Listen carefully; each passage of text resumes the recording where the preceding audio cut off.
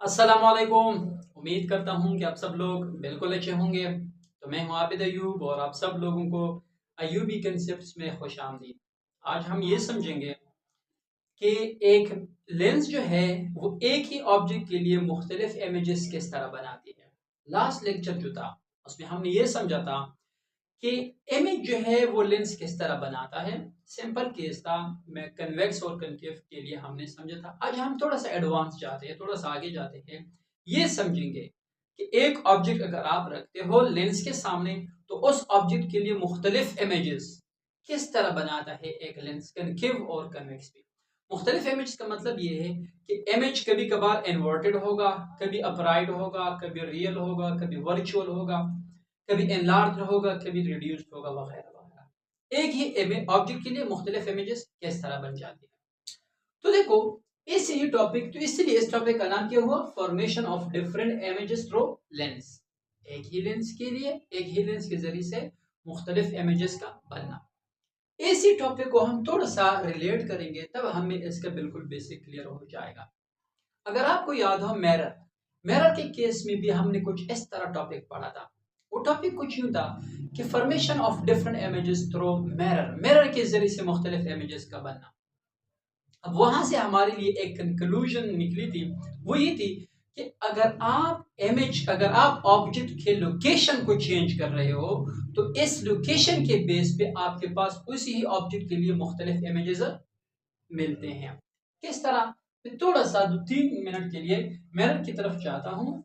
ये मेरे पास है भाई कनकेव मिरर, ये मेरे पास है इसका प्रिंसिपल एक्सिस, ये है इसका फोकल पॉइंट, ये है इसका सेंटर ऑफ कर्वेचर, ये मेरे पास कोई ऑब्जेक्ट रखा।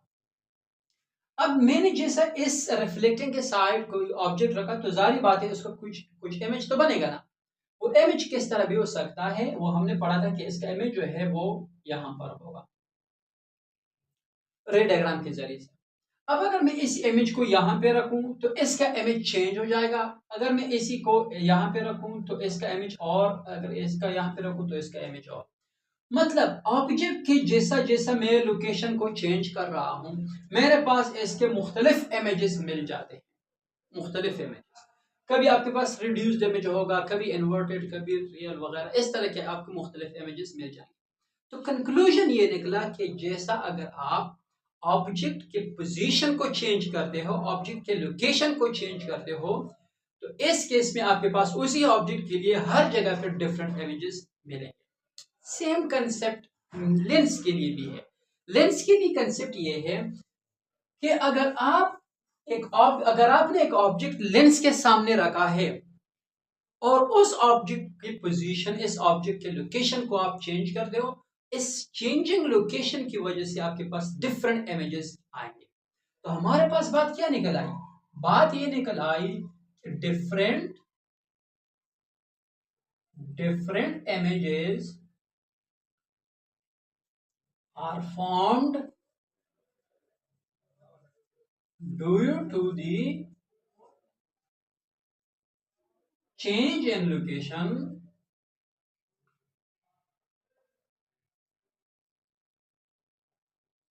of the object with respect to lens।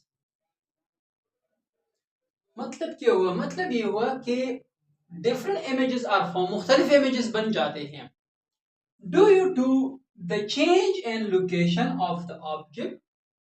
इसी वजह से मुख्तलिफ इमेजेस बन जाते हैं कि अगर आप उसी ऑब्जेक्ट के लोकेशन को चेंज कर रहे हो, किसके लिहाज से? With respect to lens, lens के लिहाज से अगर आप उसकी लोकेशन को चेंज कर रहे होते हैं तो आपके पास डिफरेंट इमेजेस मिलेंगे।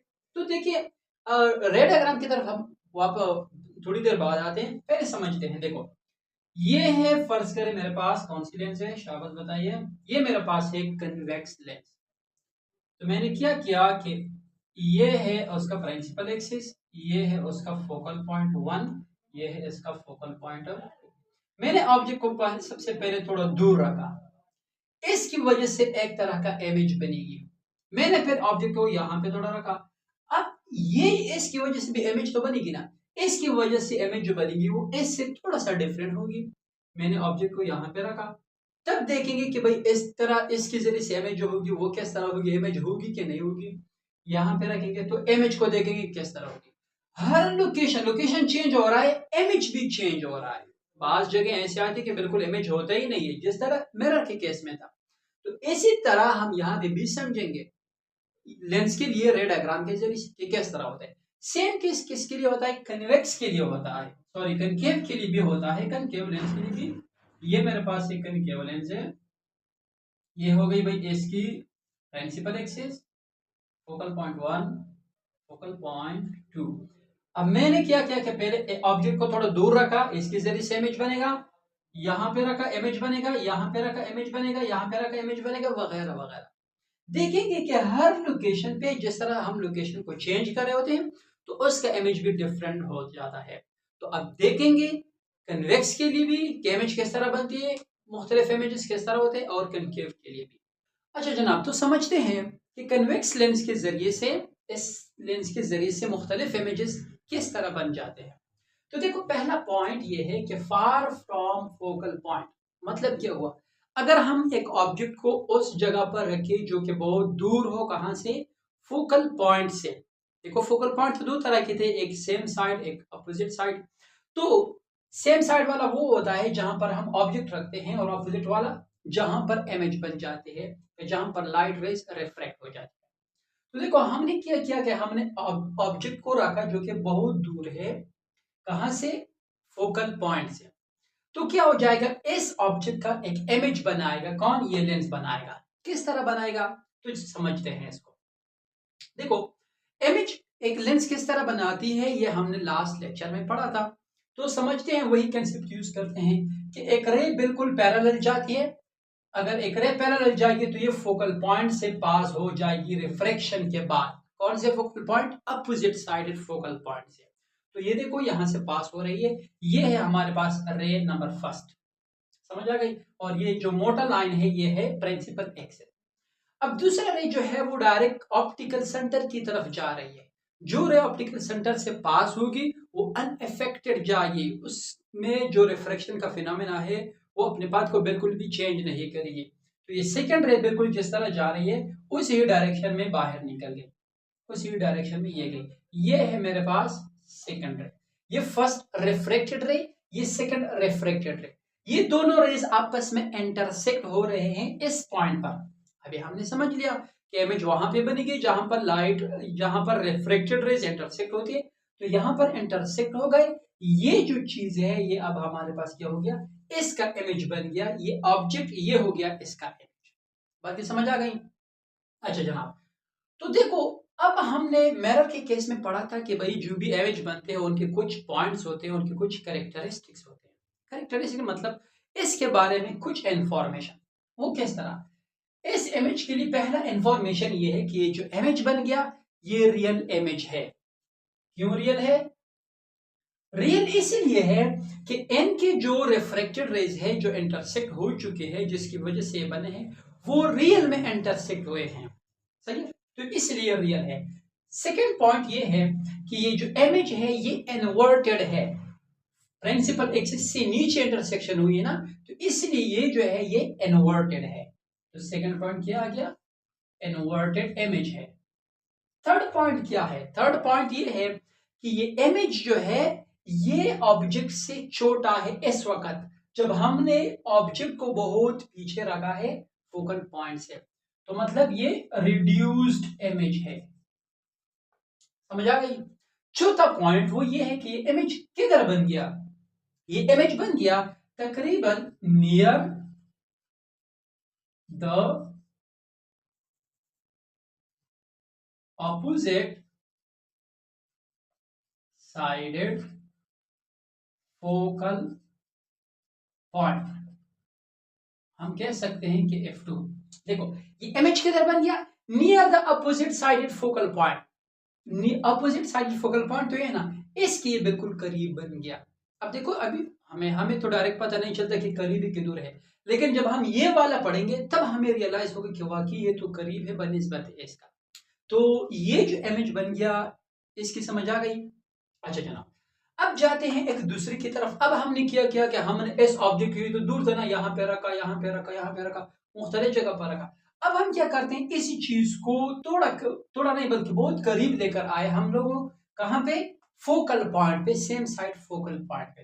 तो देखो इमेज पहले यहाँ था, इतना फासला था, अब हम बिल्कुल इसके करीब लेकर आए हैं, फोकल पॉइंट के करीब। तो देखते हैं कि इसकी वजह से, इस ऑब्जेक्ट की वजह से अभी जो हमने इसका पोजीशन, इसका लोकेशन चेंज किया, किस तरह इमेज बनेगी। तो क्या है, नियर द फोकल पॉइंट, यहाँ पे फार था, यहाँ पे नियर, करीब है किसके? फोकल पॉइंट से। तो देखो वही केस यूज करेंगे। एक रे बिल्कुल पैरेलल गई, रिफ्रेक्ट कहां से होगी? फोकल पॉइंट से रिफ्रेक्ट होगी। तो ये है मेरे पास रे नंबर फर्स्ट। कोई कंफ्यूजन? अच्छा, सेकंड रे जो है वो अगेन फोकल ऑप्टिकल सेंटर से पास हो रही है, और हम समझते हैं कि अगर कोई भी रे ऑप्टिकल सेंटर से पास होगी तो उसमें उसका डायरेक्शन बिल्कुल भी चेंज नहीं होगा। तो ये रे जिस डायरेक्शन में जा रही है उसी डायरेक्शन में गई, बिल्कुल यहां तक ये रे आ गई। ये रे जो है ये हमारे पास है सेकंड। अब अगर आप लोग देख रहे हो, ये रे भी रिफ्रेक्टेड है, ये रे भी रिफ्रेक्टेड है, ये दोनों रे आपस में इस पॉइंट पर एक दूसरे को इंटरसेक्ट कर रहे हैं। अभी इंटरसेक्ट कर रहे हैं ना, तो जहां पर इंटरसेक्शन होगी रिफ्रेक्टेड रेस का, वहां पर इमेज होगा। तो इमेज जो है अब वो ये बन गया इमेज हमारे पास। अब आप लोग खुद अंदाजा लगा सकते हो कि ये जो इमेज है, पहला पॉइंट तो ये कि ये रियल है, इसके लिए भी कुछ पॉइंट लिखेंगे ना। ये इमेज कैसा है? रियल है। सेकंड क्या है? ये इमेज इन्वर्टेड है इस तरह। क्यों? क्योंकि ऑप्टिक प्रिंसिपल एक्सिस से नीचे इंटरसेक्शन हो रही है। तीसरा ये कि इमेज जो है वो एनलार्ज्ड है, एनलार्ज्ड है।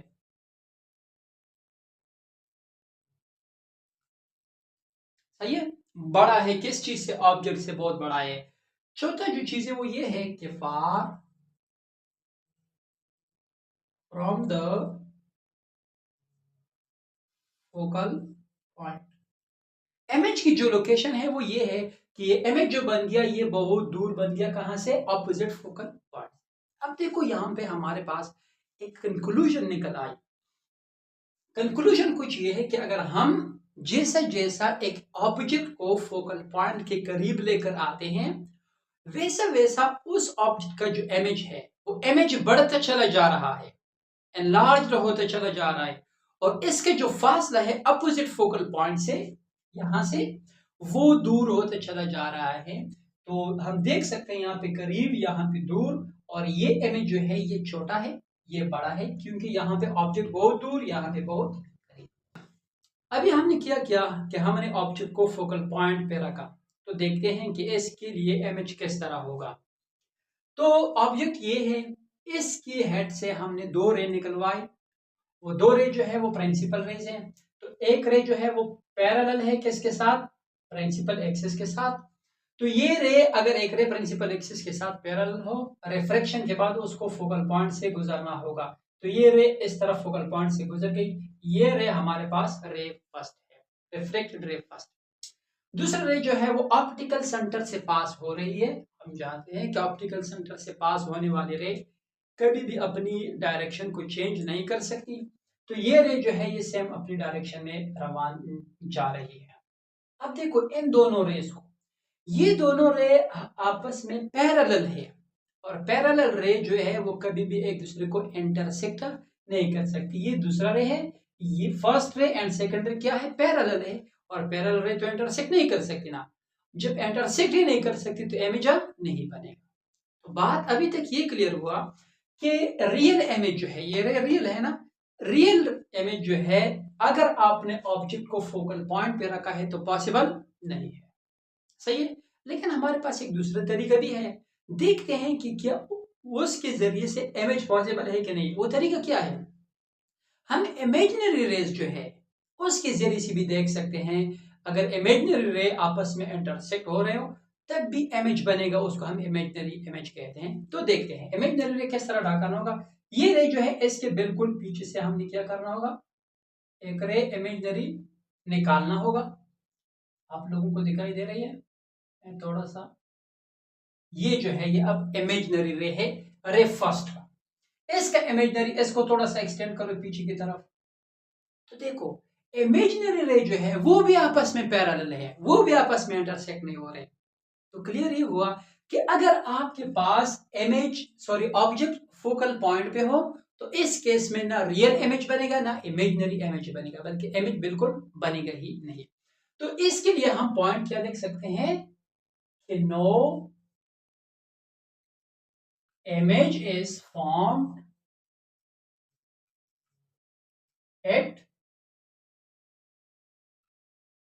focal, मैं लिखता हूं no image is formed when the object is placed at focal point। अगर आपने ऑब्जेक्ट को फोकल पॉइंट पे रखा है तो कोई इमेज अब नहीं बनेगा। अब आते हैं बिटवीन एफ एंड ओ, मतलब अगर आपने ऑब्जेक्ट अभी फोकल पॉइंट और ऑप्टिकल सेंटर के बीच रखा, फोकल पॉइंट और ऑप्टिकल सेंटर यहाँ पे कहीं पे आपने ऑब्जेक्ट को रखा, तो इसके लिए इमेज किस तरह होगी तो देखते हैं। ये है focal point 1, focal point 2, object को हमने यहाँ पे रखा है, नजर आ रही है। अच्छा, ऑब्जेक्ट को जब हमने रखा तो देखो हमने 2 रे निकलवाने हैं इसके इमेज बनाने के लिए। तो एक रे पैरेलल गई, रिफ्लेक्शन के बाद उसको कहां से गुजरना पड़ेगा, फोकल पॉइंट से, अपोजिट साइड जो फोकल पॉइंट है। और ये देखो पैरेलल है, फोकल पॉइंट से गुजर गई, इसको हम रे फर्स्ट कहते हैं। अब देखो दूसरा रे जो है वो ऑप्टिकल सेंटर से पास हो रही है, हम देख सकते हैं, और ये जो है अपनी बात को चेंज नहीं करेगा। तो एक रे इस तरफ जा रही है, दूसरा रे इस तरफ जा रही है। अब हम देख सकते हैं कि रियल रे जो है वो बिल्कुल आपस में इंटरसेक्ट होने वाले नहीं है, क्योंकि ये डाइवर्ज होते चले जा रहे हैं ना, जैसे जैसे आगे जाएगी डाइवर्ज होती चली जाएगी। तो इस बेस पे इसका जो रियल केस में इंटरसेक्ट होना नामुमकिन है। हमारे पास एक और तरीका है इमेज देखने के लिए कि वाकई इमेज बन रही है कि नहीं, वो ये कि इन दोनों की इमेजिनरी रेस ड्रा करो। तो ड्रा करते हैं इनके इमेजिनरी रे। देखो मैं इसका इमेजिनरी रे ड्रा करता हूं। अच्छा, इमेजिनरी रे कुछ यूं हो जाएगा, ये अगर मैं थोड़ा सा एक्सटेंड करूं, हाँ देखो ये जो है ये आपस में इस पॉइंट पर इंटरसेक्ट हो रहे हैं, इमेजिनरी रेस। इसके लिए भी इसका रे फर्स्ट एंड रे सेकंड का जो इमेजिनरी रे है वो ये है, रे सेकंड का ये है, ये आपस में इस पॉइंट पे इंटरसेक्ट हो रही है, तो इमेज बनेगा। लेकिन ये इमेज कौन सा होगा, इमेजिनरी इमेज होगा। अब इमेज तो बन गया, वाकई इमेज इमेजिनरी है। अब इसके लिए भी हम कुछ पॉइंट्स लिखते हैं। तो फर्स्ट पॉइंट क्या है कि इमेज जो है वो इमेजिनरी है, इमेजिनरी इमेज, सही है। सेकंड केस ये कि इमेज जो है वो ऑन द सेम साइड है, जहां पे ऑब्जेक्ट रखा है वहां पे ही इमेज बन गया, ऑब्जेक्ट ये इमेज ही है। तीसरा ये कि आपका जो इमेज है वो एनलार्ज्ड होगा, एनलार्ज्ड इमेज है, देखो इमेज बड़ा और ऑब्जेक्ट छोटा। चौथे जो पॉइंट है वो क्या है, चौथा पॉइंट ये है कि ये इमेज अपराइट है, अपराइट इमेज है। क्लियर हो गई बात।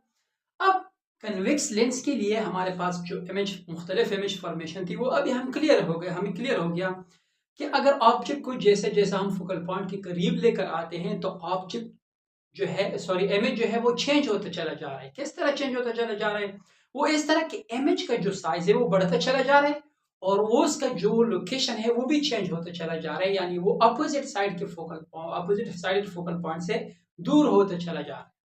लेकिन अगर हम ऑब्जेक्ट को फोकल पॉइंट पे रख ले तो कोई इमेज नहीं। तीसरा ये कि अगर हम ऑब्जेक्ट को फोकल पॉइंट और ऑप्टिकल सेंटर के बीच रखे तो इमेज बिल्कुल अजीब किस्म की बनेगी, इमेज इमेजिनरी होगी, एनलार्ज्ड होगी, अपराइट होगी, और इसके साथ साथ सेम साइड पे होगी। तो ये मुख्तलिफ तरह की इमेज बन गई। देखो ऑब्जेक्ट भी सेम, लेंस भी सेम, मसला क्या है, हमने सिर्फ इसके लोकेशन को चेंज किया तो हमारे पास मुख्तलिफ तरह के इमेजेस मिल गए। तो मतलब ये है कि लोकेशन जो है वो इमेज बनने के लिए बहुत ज्यादा किरदार अदा करता है। अब हम जाते हैं कि मुख्तलिफ इमेज कनकेव लेंस के जरिए से किस तरह बनते हैं।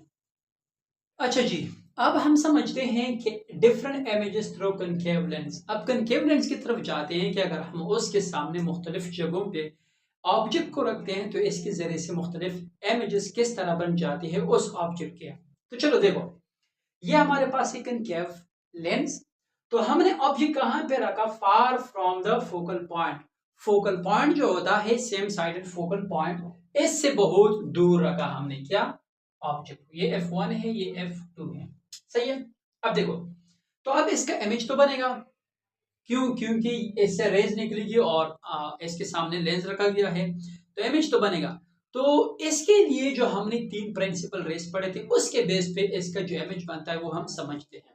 तो पहला रे जो है हमने यहां से 2 रे निकलवाने, और वह यहां से एक रे जो है ये पैरेलल जाएगी, जो कि इस डायरेक्शन में जाएगी कि गोया इस तरह लग रहा हो कि ये सेम साइड के फोकल पॉइंट से आ रही है। ये जो चीज है ये हमने एक टॉपिक पढ़ा था, उसमें ये जो प्रिंसिपल रेज है कनकेव और कन्वेक्स लेंस के लिए, ये हमने पढ़े हैं कि असल में जो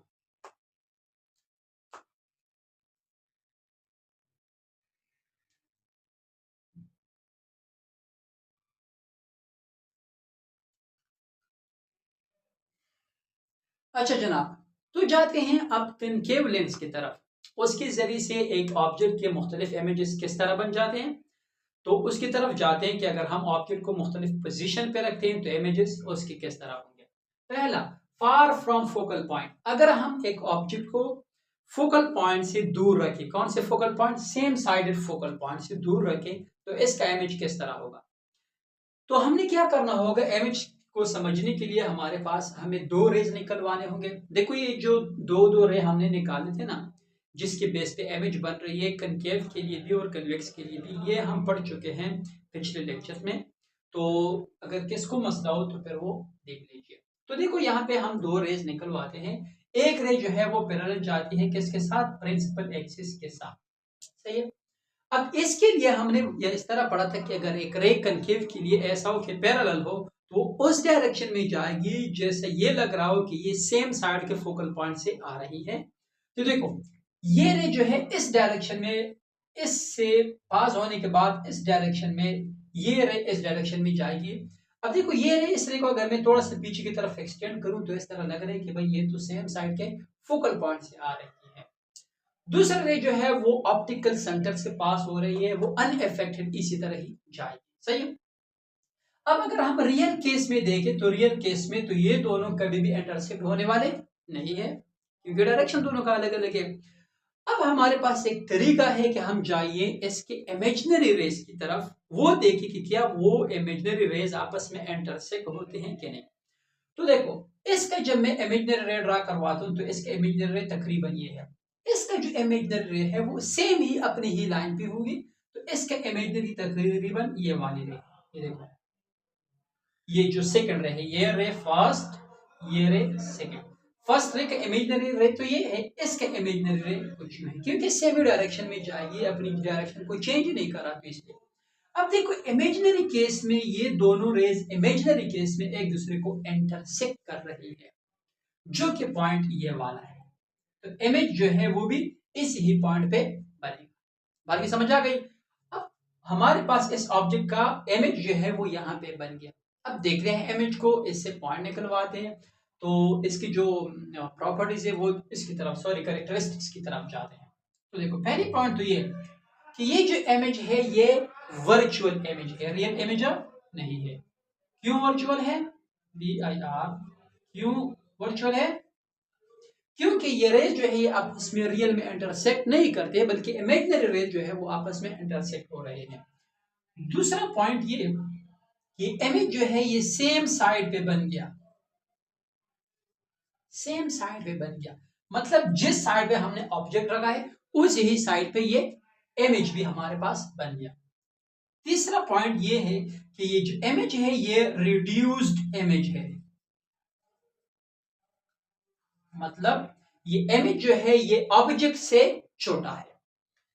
फोर्थ पॉइंट ये है कि ये इमेज जो है ये अपराइट इमेज है, अपराइट इमेज।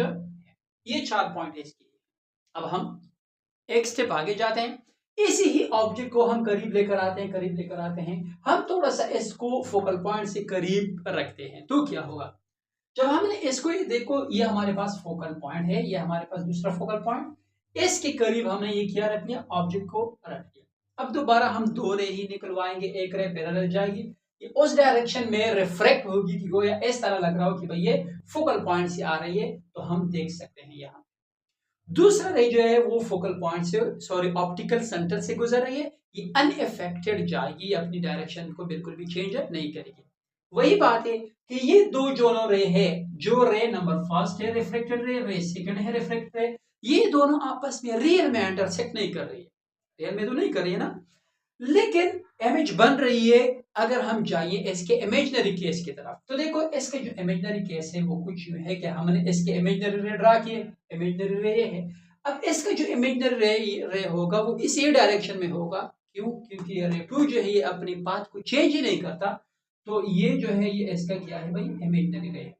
हम अगेन देख सकते हैं कि इमेजिनरी केस में ये दोनों रेज आपस में इंटरसेक्ट कर सकती है, इंटरसेक्ट करती है, तो इसका इमेज जो है वो ये वाला इमेज है।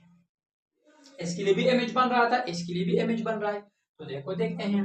पहला पॉइंट इमेज जो है वो अगेन वर्चुअल इमेज है, ठीक है, वर्चुअल रेस की वजह से इंटरसेक्ट हो रही है। सेकंड पॉइंट क्या है, सेकंड पॉइंट ये है कि भाई सेम साइडेड इमेज है, सेम साइडेड इमेज है। तीसरा पॉइंट ये है कि ये जो इमेज है वो अपराइट है, और चौथा पॉइंट ये है कि ये जो इमेज है वो हमारे पास अगेन रिड्यूस्ड इमेज है। अब ये हमारे पास अब क्लियर हो गई कि भाई मुख्तलिफ इमेजेस बनते हैं, लेकिन थोड़ा सा अब हमने गौर करना है। अगर हम थोड़ा सा इस इमेज के हाइट को देखें, इस इमेज के साइज को देखें, इस इमेज के साइज को देखें, तो बहुत डिफरेंट है। दूसरी पॉइंट ये कि इस इमेज के पोजीशन को देखें, इस इमेज के पोजीशन को देखें, तो भी बहुत डिफरेंट है, इन दोनों में डिफरेंस है। वो किस तरह, वो इस तरह कि जब ऑब्जेक्ट बहुत दूर थी फोकल पॉइंट से, तो इसका जो इमेज बन गया वो फोकल पॉइंट के करीब बन गया और छोटा बन गया, रिड्यूस्ड बन गया। जिस तरह हमने इस ऑब्जेक्ट को करीब लाया फोकल पॉइंट के करीब, तो क्या हुआ, पहले पॉइंट तो ये कि इमेज थोड़ा सा बढ़ गया, ऑब्जेक्ट से तो नहीं बढ़ सकता, लेकिन फिर भी इसके मुकाबले में ये इमेज बड़ा हो गया। दूसरी पॉइंट ये कि इसने अपना पोजीशन भी चेंज की, ये फोकल पॉइंट से भी थोड़ा खिसक के गया आगे की तरफ, मिरर की, सॉरी लेंस की तरफ। तो अब हम एक कंक्लूजन निकाल सकते हैं, एक नतीजे पे पहुंच सकते हैं, वो ये कि कनकेव के केस में जैसा जैसा एक ऑब्जेक्ट लेंस के करीब आ रहा होता है, तो इस केस में उसका जो इमेज है वो तो वैसे भी सेम साइड पे होता है, तो उसका इमेज जो है वो बड़ा होता चला जा रहा है और वो लेंस के करीब होता चला जा रहा है। सही है, चलो मैं इस पॉइंट को लिखता हूं आप लोगों के लिए, तो इसको मैं मिटाता हूं, अगर कोई स्क्रीनशॉट लेना चाहता है तो ले। चलो, तो ये जो पॉइंट था इसको मैं अभी लिखता हूं। इन हर पॉइंट पे ड्रा करना वैसा है, बस जस्ट आप यूं कह सकते हो कि उस पॉइंट में सारा चीज छुपा हुआ था जो अभी मैं लिख रहा हूँ। सही है, तो कुछ जो पॉइंट है वो बात जो मैंने की वो ये है, object is bringing towards the concave lens,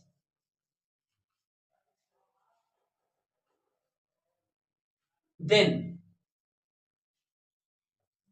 its image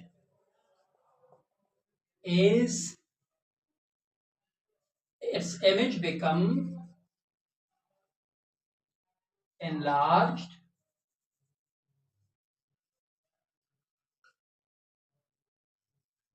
and image moves towards the lens। समझ आ गई? तो देखो, is object is bringing towards the concave lens, अगर एक ऑब्जेक्ट को कनकेव लेंस की तरफ लेकर आ रहे हैं तो क्या होगा, then its image becomes large, enlarge, इसका इमेज बढ़ता चला जाएगा, and image moves toward the lens, और इसका इमेज जो है वो लेंस की तरफ जाएगा। बड़ा भी होता चला जाएगा और एम जो है वो लेंस की तरफ भी जाएगा। तो इंशाल्लाह मिलते हैं नेक्स्ट लेक्चर में, तब तक के लिए वस्सलाम।